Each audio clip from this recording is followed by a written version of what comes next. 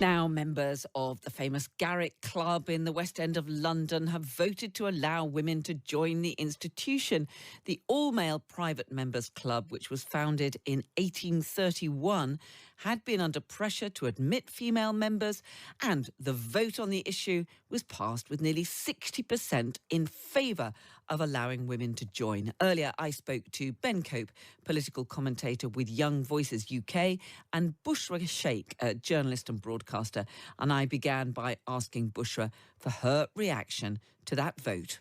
The first question in my mind was, why has it taken so long? 193 years, when you actually think about it. We've been so progressive in so many different avenues that it's taken this long for the voters to decide in favour of women to join the club. I think it's bizarre. It should have happened sooner, really. Yeah, Ben, isn't this just the Garrick Club catching up with what's happening in society more widely? Well, potentially, but I think, to be honest, this whole sort of episode and the way that this has played out, in the media and with members feeling that they have to sort of defend their position or potentially, reverse it, I think has been quite disappointing, really, because I think we do need to remember that this is it's a private members club. This is basically where people go to hang out. And I think there's quite an important principle here of freedom of association that it seems that we haven't necessarily sort of respected that people do have that right to hang out with who they choose, and we've put these members under an awful lot of pressure to change their ways. Now, don't get me wrong, I personally wouldn't want to join an all-male private members club, but I do think we should allow people to make that decision if they want to. Bushra, what about that point? I mean, shouldn't clubs be able to essentially set their own membership rules? I do agree with that within reason. I won't push back on it too much. However, this isn't just an ordinary boys' club. This is a grueling process to even be admitted to begin with. The fact that you would, there's a red leather book and you need 2 pages of people to sign you off. There are special privileges attached, usually, in politics and, places of influence. And the fact that you can only go as a woman if you're accompanied by a gentleman is kind of archaic.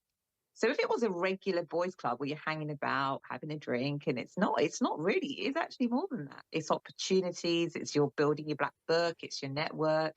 So I think women should be kind of involved in that.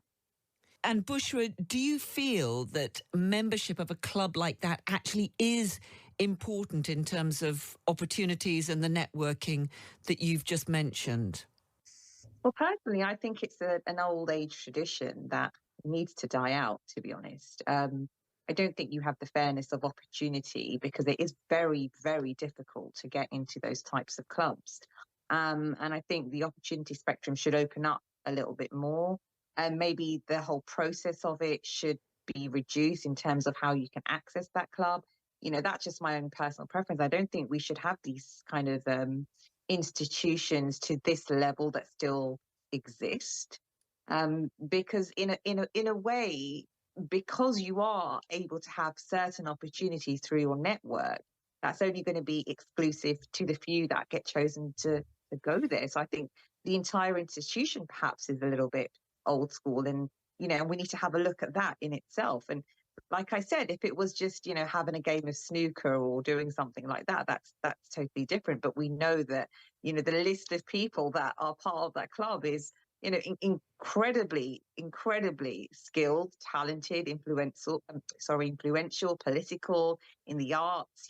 So it is this private club that a lot of people are not going to have access to.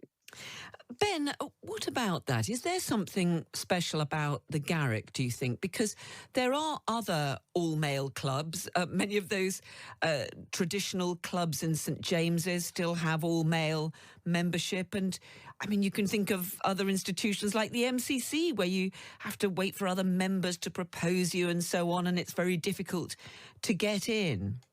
I'm not sure there is something sort of particularly exceptional about the Garrick Club, and I think that does point to sort of the reason why I thought this whole episode was a bit peculiar. Now, I'd agree with Bushra's point that when there are sort of very, very close networks, so that that is clearly bad for meritocracy, and it's good to open those up where possible. But I do think that this whole campaign, which the Guardian has led, has really sort of overestimated the importance and influence that these kind of clubs have. So obviously there are some very well-known people in that as members in the club. But one, I'd say I don't think it's sort of hugely surprising that sort of rich, famous, and talented people also want to hang out with rich, famous, and talented people. But also, it's not like sort of 300 MPs or so, or whatever are members. It was 10. So I think we do need to put it in perspective that this was a small number of what you might describe as the elite. It was a fairly sort of contained group.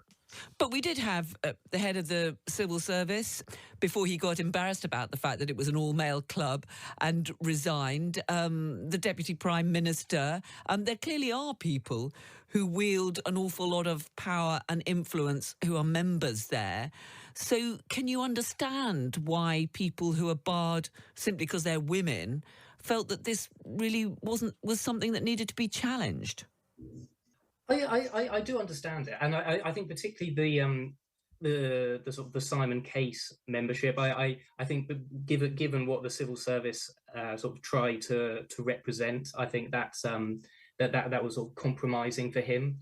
But I think I sort of come back to that point where fundamentally people should be able to hang out with who they want to, and it's not that surprising that rich, famous, talented people want to hang out with each other. And I think this was just a case of that. Bushra, are you going to be trying to persuade some of those influential members to write the necessary notes in the leather-bound book so that you can get in there now? Well, I certainly think that they should speed up the process. I know it might take some time for this to actually come into fruition, even though the votes have been in favour more than 50%. I think what's interesting for me is that maybe 100 years ago, you didn't have women that were kind of walking and moving in the kind of political spectrums, in the economical ones, even in terms of education. We have some outstanding women now within our communities and societies that deserve to have access to these types of clubs, because we have been making moves for the past, more than the last 10 years, more so than that.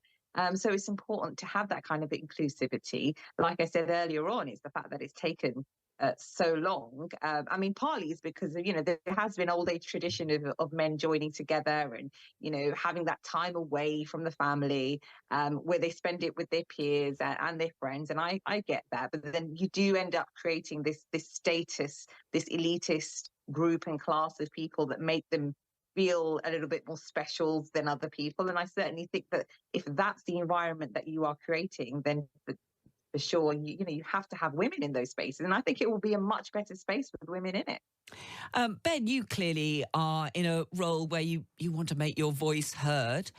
Would you like to become a member? Are you going to be trying to persuade some of those rather more powerful and influential people to recommend you for membership? I won't. I'm not a member of any private members club. I always think they're sort of slightly odd institutions. If you live in a city with lots of different things to do, why would you always go to the same place? But I think I sort of challenge Bushra's point that this is a sort of key moment, a sort of smashing of at least one of the glass ceilings. There are many similar clubs in London. There are many sort of very influential clubs that only admit women. So I think this was a sort of a small club that sort of got targeted by a very effective campaign, and the members felt that they needed to either they changed their minds or they folded. But I think this says more about kind of the sort of political environment and discourse that we operate in, rather than any sort of great change in society.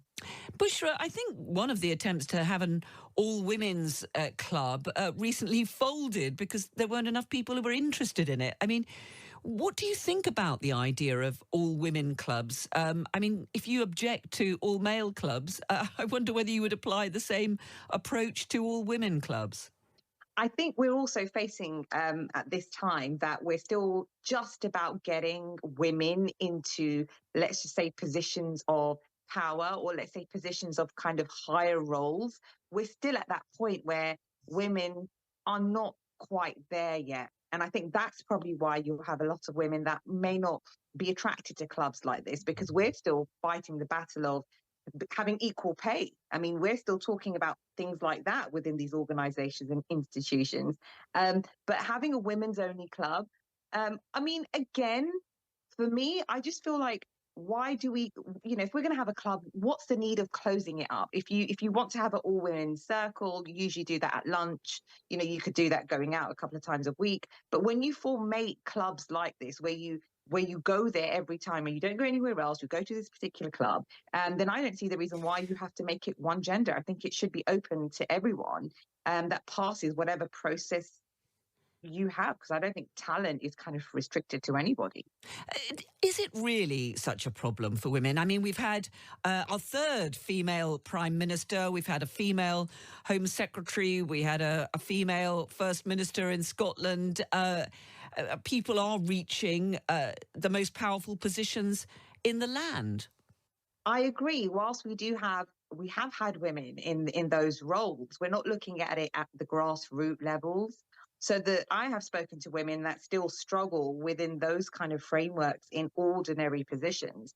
So we've got this, this extremity of women are not facing challenges anymore because, look, we've had a prime minister and so, but that doesn't define what's happening at the grassroots level, what's happening at women in the workplace when they're in social, if they're social housing officers, if they are just a telephone, assistant to do with this, things like that. It's not happening at that level. Women are still struggling in those fields. Ben, how important do you think these social circles, the networks? As I mentioned, there are plenty of other all-male clubs in St James's in the heart of London, plenty of other all-male clubs around the country. Do you think those sorts of spheres, those kind of social spaces and the networks are still, in fact, quite important in our society today? Look, as a 24-year-old, it's quite hard to sort of judge, from the inside of how influential these groups are. My impression is that they would be kind of very useful spaces for people in a certain position to sort of to network. And I think to sort of Bushra's point about women only clubs, I think I'd probably take the other view that I'd agree that there is still significant progress that needs to be made. Although we've seen sort of quite a few women recently in senior political positions there. If you look at sort of the number of women CEOs in the sort of FTSE 100 or on boards, it's still very low. So I think for that kind of progress to be made, I think there probably do need to be sort of women's only. I think it's very understandable that women would want kind of women's only spaces for sort of like-minded people in similar positions as well, because I think there is something to be said for a private space not opening it up, because if you do want a certain caliber of person who you are going to sort of relate to and will be sort of useful person in your network, I think it's understandable that you'd want the sort of closing it off in some senses could be useful. Well, that was Ben Cope, political commentator with Young Voices UK, and the journalist and broadcaster Bushra Sheikh.